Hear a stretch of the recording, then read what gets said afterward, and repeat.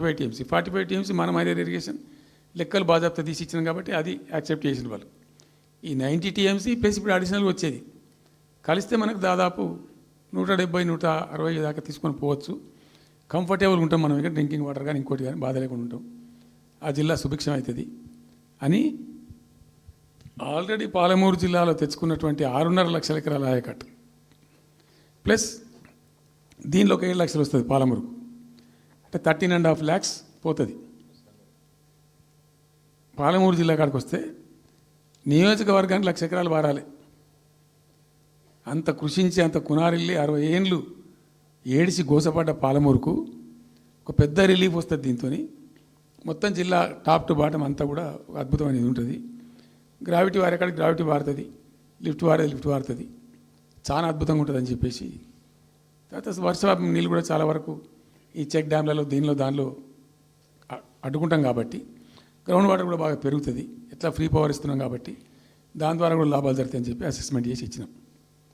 నిజంగా కూడా పాలమూరు ఒక టైంలో తెలంగాణ వచ్చిన తర్వాత 4-5 ఏళ్ళకి నేను పోతే ఎందుకో పోయినాం, బస్సు యాత్ర చేస్తే చాలా అద్భుతంగా ఇక్కడికక్కడ వరికోత మిషన్లు, కల్లాలు, అంతకుముందు పాడుబడ్డ ఇల్లు కనిపించే పాలమూరులో నా కళ్ళతో నేనే చూసిన. ఇంకా ఇది అంతా కంప్లీట్ అయిపోతే ఈ అనుకున్న 15 లక్షల ఎకరాలకు నీళ్ళు వస్తే చాలా దివ్యంగా ఉంటుందని చాలా సంతోషపడుకుంటూ పోయినాం. సరే, ఇప్పుడు కేంద్ర ప్రభుత్వం కొత్తగా తాకీదు, అది ఎవరు చెప్పినారో తెలియదు. వాళ్ళు చెప్తున్నారు, ఇప్పుడు గవర్నమెంట్ ఉన్న వాళ్ళు చెప్తున్నారు. ఏంది, మీరు 90 టీఎంసీలు పెట్టుకున్నారు, పాత గవర్నమెంట్ పంపించింది. ఒకటి డిపిఆర్ తిప్పి పంపించారు, దాని మీద సడి లేదు, సప్పుడు లేదు, లుల్లి లేదు, లుకాండం లేదు, తల ఊగుతున్నారు. ఎందుకు తల ఊగుతున్నారు?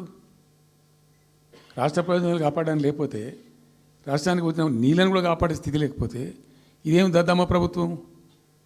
ఇంత చేత కానీ ప్రభుత్వం ఉంటే ఎట్లా? నోరు లేని ప్రభుత్వం ఉంటే ఎట్లా? పెద్ద నోరు పెట్టుకొని పెద్ద గడబడి చేయాలి కదా. ఒక 10 టీఎంసీలు పోతేనే ఒక్కొక్క రాష్ట్రం ఎక్కడ దాకా పోయి కొట్లాడతారు. ఇవాళ మొత్తం డిపిఆర్ఏ పంపించి ప్రాజెక్ట్ని ఆగం చేసే పరిస్థితి వస్తే సప్పుడు లేదు ఒకటి.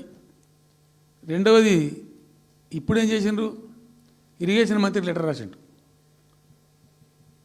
వాడు చెప్పిండా చెప్పలేదు భగవంతుని గారికి, 45 టీఎంసీలు ఇవ్వండి మాకు అనుమతి అని చెప్పి.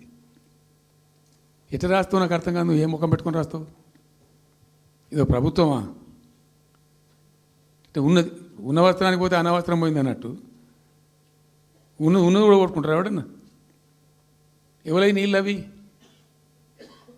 ఆల్రెడీ బచావ్ ట్రిబ్యునల్ తీర్మానంలో ఇచ్చింది.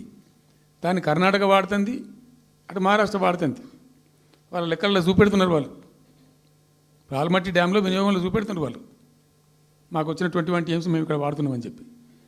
ఆ 2 ఎగువ రాష్ట్రాలు వాడుతుంటే ఇక్కడ వచ్చి మనకు వచ్చినటువంటిది బాజాప్తా, అది కూడా ట్రిబ్యునలే కదా, బచావత్ కూడా ట్రిబ్యునలే కదా. ఆ ట్రిబ్యునల్ తీర్పు ద్వారా వచ్చిన 45 టీఎంసీలు నువ్వు ఎందుకు ఆపుతున్నావు ఇప్పుడు? ఇదో రాష్ట్ర ప్రభుత్వమా? అసలు ప్రభుత్వం ఉందా? నిద్రపోతున్నారా? ఇంతసేపు రియల్ ఎస్టేట్ దందా తప్ప ఇంకోటి లేదా? ఇల్టు భూములు ఎట్లా అమ్ముదాం, పల్టు భూములు ఎట్లా అమ్ముదాం, ఆ భూములు ఎట్లా దెబ్బ పెడదాం, ఇంకెంత కమిషన్ కొడదాం, ఇది తప్ప రాష్ట్ర ప్రయోజనాలు, నీళ్లు, రైతులు, మనుషులు లేరా? ప్రాజెక్టులు ఎందుకు 2 ఏళ్ళ నుంచి ₹1 పెట్టలే? ఎందుకు ఒక తట్టడి మట్టి తీయలే? ఎవరు నిరోధించిన మిమ్మల్ని? ఎవరు అడ్డుపడ్డారు మీకు?